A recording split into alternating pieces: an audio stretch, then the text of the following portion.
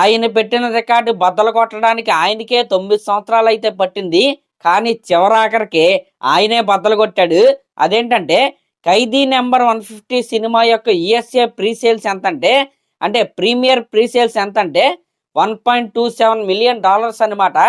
ఆ $1.27 మిలియన్ యొక్క pre sales ఏవైతే ఉన్నాయో ఇప్పటి వరకు కూడా ఏ సీనియర్ హీరో కూడా టచ్ చేయలేకపోయారు.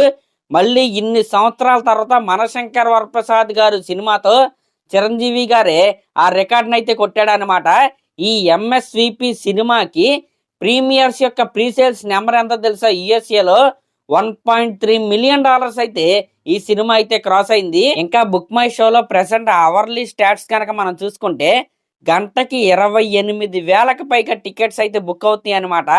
మీరు ఇక్కడ గమనించాల్సిన విషయం ఏంటంటే, అఫ్ కోర్స్ సినిమాకి బ్లాక్ బస్టర్ టాక్ వచ్చింది. సినిమా అయితే బ్లాక్ బస్టర్ హిట్ అయితే అయింది. అయినా సరే ఈరోజు మండే అంటే పీక్ వర్కింగ్ డే అనమాట. అయినా సరే గంటకి 28,000 నుంచి 30,000 టికెట్స్ బుక్ అవుతున్నాయి. అంటే దాంట్లో కూడా మీరు ఇక్కడ గుర్తుపెట్టుకోవాల్సింది ఏంటంటే, ఈ ఎంఎస్విపి సినిమాకి main ticketing partner book my show కాదనమాట, డిస్ట్రిక్ట్ యాప్. అయినా సరే బుక్ మై షో యాప్లో గంటకి దగ్గరగా 30,000 టికెట్స్ బుక్ అవుతున్నాయి. అంటే బాక్స్ ఆఫీస్ దగ్గర బాస్ విధ్వంసం ఏ రేంజ్లో మొదలైందో ఒక్కసారి మీరే ఊహించుకోండి. అసలు ఈ సినిమాకి యునానిమస్ పాజిటివ్ టాక్ అయితే నడుస్తుంది అనమాట. ముసలి ముతక పిల్లలు, మిడిల్ ఏజ్, కుర్రకారు, అంకుల్స్, ఆంటీలు, ఫ్యామిలీస్, అసలు ప్రతి ఒక్కరికి కూడా ఈ సినిమా అయితే అలా కనెక్ట్ అయిపోయింది. అసలు ఏజ్తో సంబంధం లేదు. నేనైతే నిన్న రాత్రి ప్రీమియర్ షోలో నిజంగా ఆశ్చర్యపోయానండి. ఎందుకంటే నేను ఏ హీరో ఫ్యాన్ అయినా సరే నాకు హీరోతో సంబంధం ఉండదు. ఏదైనా పెద్ద హీరో సినిమా రిలీజ్ అవుతుందంటే నేను వెంటనే బెనిఫిట్ షోకి అయితే వెళ్ళిపోతాను. అలాగే నేను రాత్రి కూడా మనశంకర్ వరప్రసాద్ గారి సినిమాకి అయితే వెళ్ళాను. లిటరల్లీ చెప్పాలంటే నాకైతే మైండ్ పోయింది. ఒక ఆవిడ, పెద్ద ఆవిడ, ముసలావిడ, అంటే ముసలావిడ అని నేను సంబోధించకూడదేమో, ఒక పెద్ద ఆవిడ, ఒక సీనియర్ సిటిజన్ అనమాట. ఆవిడ నడవలేకపోతుంది. యాక్చువల్గా థియేటర్ స్టేర్ పైన 3 స్క్రీన్లు ఉంటాయి, కింద 2 స్క్రీన్లు ఉంటాయి. మెట్లు ఎక్కే రావాలి, లిఫ్ట్ అయితే ఉండదు. ఆ మెట్లు ఎక్కి ఒక ఆవిడ్ని, ఆ ముసలావిడ్ని ఒకరైతే పట్టుకోవాలి. ఆవిడైతే మామూలుగా నడవలేదు. ఆ కింద నుంచి ఒక ఫ్లోరు మెట్లు ఎక్కి ఆవిడ అలా నడుచుకుంటూ అలా కళ్ళ ముందు నుంచి అలా వెళ్ళింది. ఒక పక్కేమో కుర్రోళ్ళు పేపర్స్ ఇసురుతూ ఉంటున్నారు. వాటి మధ్యలో నుంచే ఆవిడ అలా వెళ్ళిందనమాట. అసలు నాకైతే అర్థం కాలేదు. చిరంజీవి గారు ఇన్ని సంవత్సరాలుగా, అంటే లెజెండ్ అనమాట మీరు. ఇన్ని సంవత్సరాలుగా ఎన్ని బ్లాక్ బస్టర్లు కొట్టినా, ఎన్ని ఇండస్ట్రీ హిట్లు కొట్టినా అవేమీ లెక్కలోకి అయితే రావన్నమాట. ఈ అభిమానం చూశారు. నడవలేని పరిస్థితిలో కూడా మీ సినిమా చూడాలని, అది కూడా ప్రీమియర్ షోకి వచ్చింది చూశారు. అదండి మీరు సంపాదించుకుంది. నిజంగా లిటరలీ చెప్పాలంటే నేను వెళ్ళిన థియేటర్, మిగతా థియేటర్స్ గురించి నాకు తెలీదు, వాటి గురించి నేను మాట్లాడలేదు. సగం ఫ్యామిలీస్తో అయితే నిండిపోయిందండి.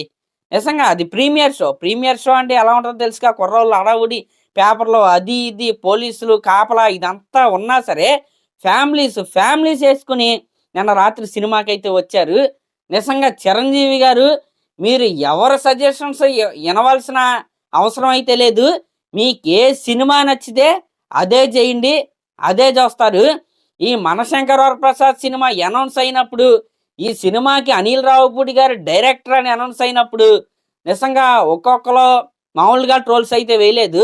అనిల్ రావుపూడి ఈసారి ఖచ్చితంగా దొరికేస్తాడు అది ఇది అని.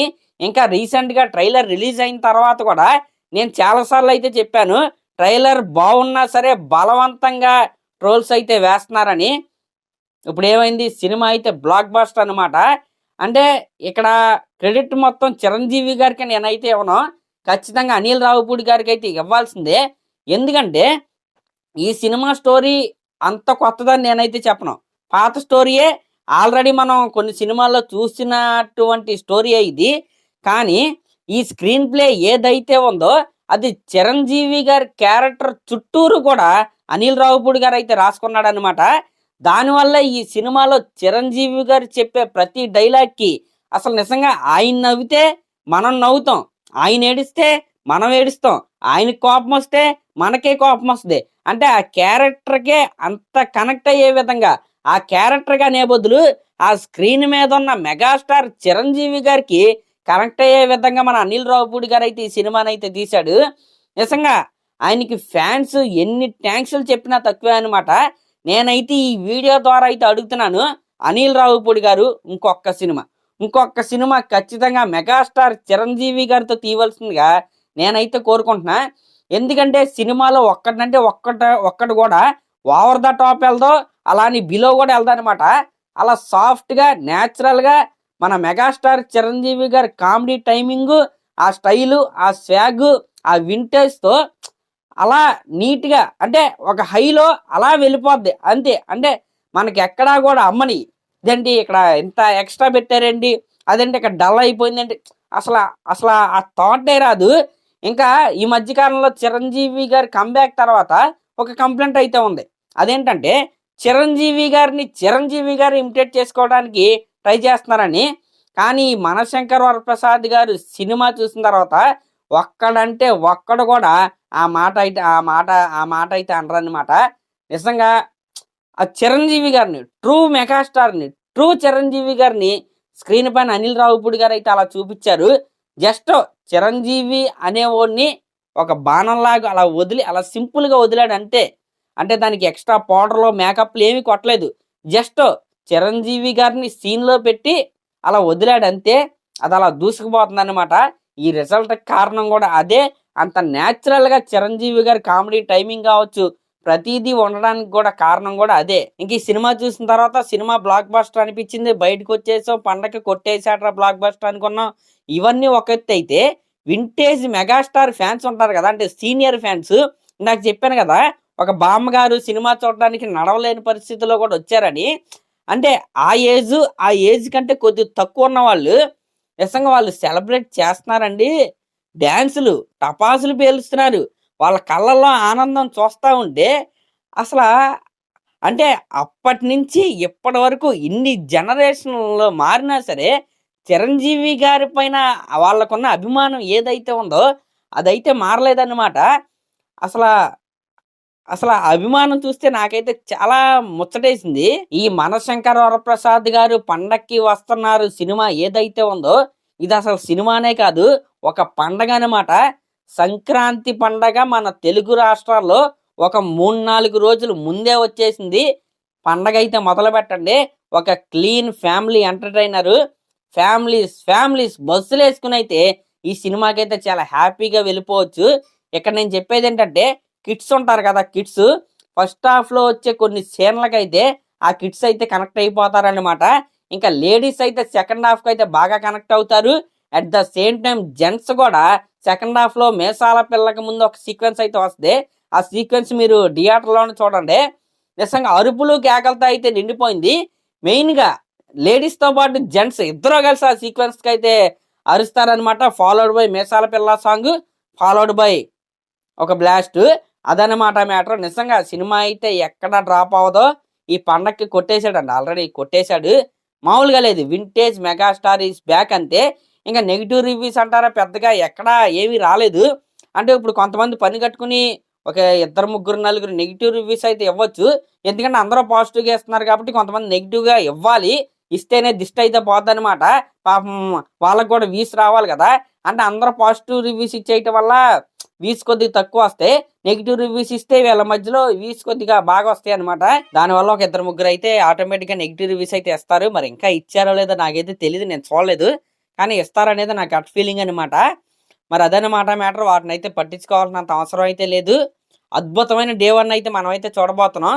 ఈరోజు మండే వర్కింగ్ డే అయినప్పటికీ కూడా రికార్డు స్థాయిలో ఈ సినిమాకి డే 1 అయితే రాబోతుంది. ఆ డే 1 నెంబర్స్ గురించి నేనైతే రేపైతే మాట్లాడతా అనమాట. ఒకటైతే నిజమండి, ఇది ఎటువంటి పార్షియాలిటీ లేదు, ఏమీ లేదు. సినిమా అయితే బాగుంది. మంచి clean family entertainer. Anil Ravipudi దొరుకుతాడు అనుకోవటం అనేది మీ అమాయకత్వం. ఇంకెప్పటికీ దొరకడనమాట.